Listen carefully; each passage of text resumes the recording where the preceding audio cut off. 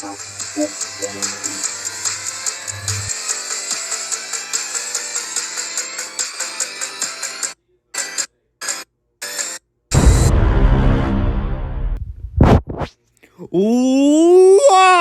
is going on, everybody? It is your boy, your man, Stokesy Kimmel 331. Back at it with another video, and today we are doing yet another toxic tier list ranking. Oh yeah. And today we're going to be ranking all the NXT Vengeance Day matches that happened last night. But before we get into actual beginning of the video itself, guys, don't forget to subscribe if you're new to the channel, because number one, it's absolutely free. Number two, we're on the road to 600 subscribers. Just 8 away now. Really help out your boy if you did subscribe. Also, if you missed my previous toxic tier list rankings done in the past, they're in a playlist on my YouTube channel. If you like, just check that one out. Also, don't forget to like the video as well, because let me know that you do like my toxic tier list rankings, and I hope the YouTube algorithm recommend the video more, and do feel free to comment your thoughts on NXT Vengeance Day down below. But with that being said, guys, you guys are probably going like, why are the camera angles so bad?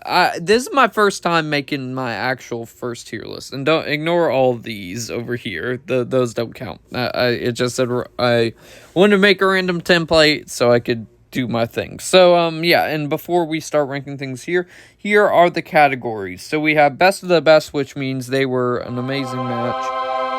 Then you got great, which means they were close to best of the best, but they didn't quite make it. Toxic goodness means they were good. They were solid, but not anything like amazing or great, you know? Okay means they were just, that happened. And then toxic trash means dumpster fire. Terrible match.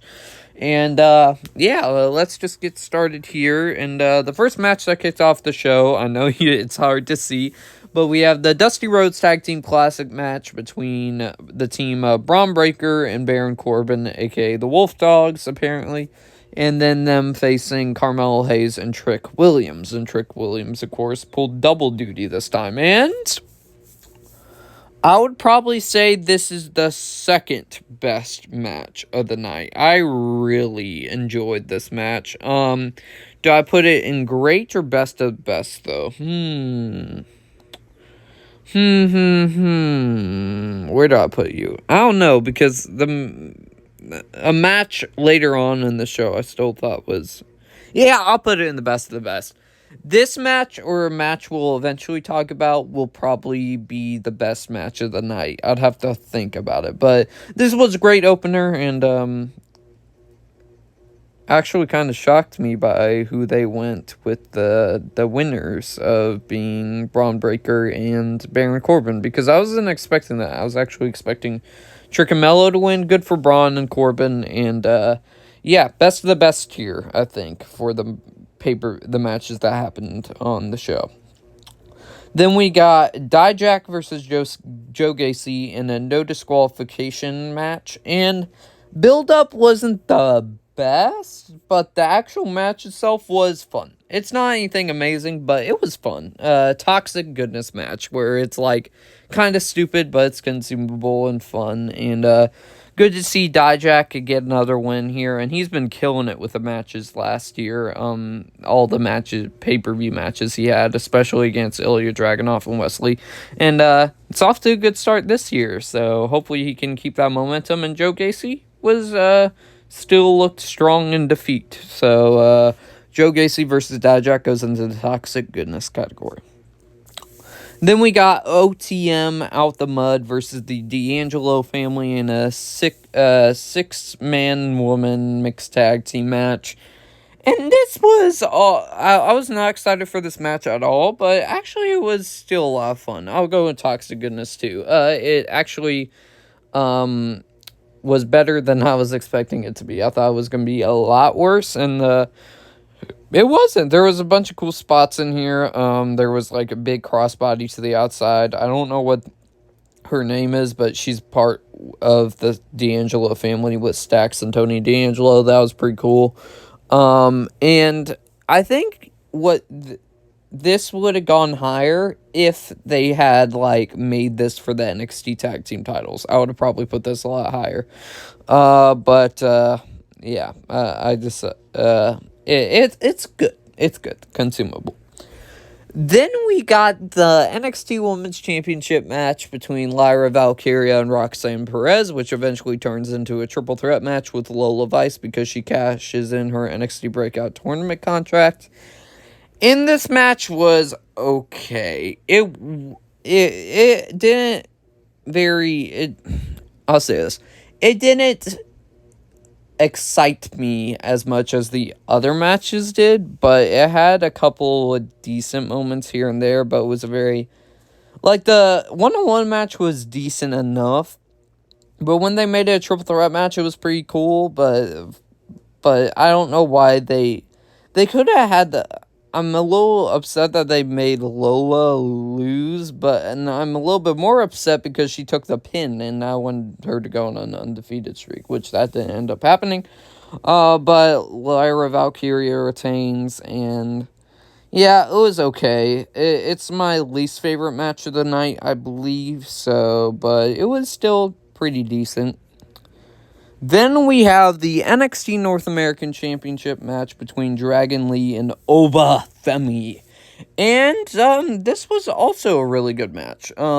Classic David versus Goliath situation, kind of almost literally like that. And with the exception of David coming out on top. Oba Femi, man, he's a beast, and Dragon Lee put up a good fight, but it wasn't enough in the end. But it was a really good match between these two, and I think this was Dragon Lee's last NXT match, and he's gonna be staying on the main roster forever now. So yeah, he had a really good match with Oba Femi, and a pretty decent way to go out. Then we have the main event, Ilya Dragunov versus Trick Williams, in a very bloody bout that I was not expecting. Both of them were literally bleeding. Trick was bleeding from the mouth, and Dragunov was bleeding from the nose. So, this or the Dusty Rhodes Tag Team Classic was the best match of the night. I don't know. Yeah, I'm putting it at the top. Dragunov proves yet again that he's one of the best wrestlers working today, and delivers yet another really good title defense against Trick Williams, and Trick Williams had a really good fight, put on a really good fight. There were a bunch of moments in the match where it looked like Trick was going to actually win, and it kind of psyched me, and they did a good job of that. The crowd was hot for this one, yeah, there were not much interferences, which I definitely did like that they didn't do that. And yeah, overall, a phenomenal match. And Trick Williams ended up looking strong at the end. And another positive is what happens after the match, which Carmelo turns on Trick and attacks his leg with a steel chair and stuff. I was going yeah, this is probably the time to make him turn, and luckily they did. So, and probably they're gonna eventually have a match between Trick Williams and Carmelo Hayes at NXT Stand and Deliver, and it'll probably be Melo's last match on NXT before he gets officially called up. So yeah, it was a phenomenal match. It was brutal, but it was phenomenal. So yeah, with that being said, guys, that is the match rating of all the NXT Vengeance Day matches, and so far, best pay-per-view of the year, only this and Royal Rumble. So, but before we get to actual ending of the video itself, guys, don't forget to subscribe if you're new to the channel. Big number 1, it's absolutely free. Number 2, we're on the road to 600 subscribers. Just 8 away now. Really help out you boy if you did subscribe. Also, if you missed my previous toxic tier list rank has been done in the past, they're in a playlist on my YouTube channel. If you'd like to check that out, also don't forget to like the video because let me know that you do like my toxic tier list rankings, and it'll help with the YouTube algorithm recommend the video more. Don't forget to ring the bell for notifications and schedule upload because we do multiple uploads here on the channel every single day. Also, do share the video because also may I have some more people join that toxic fam.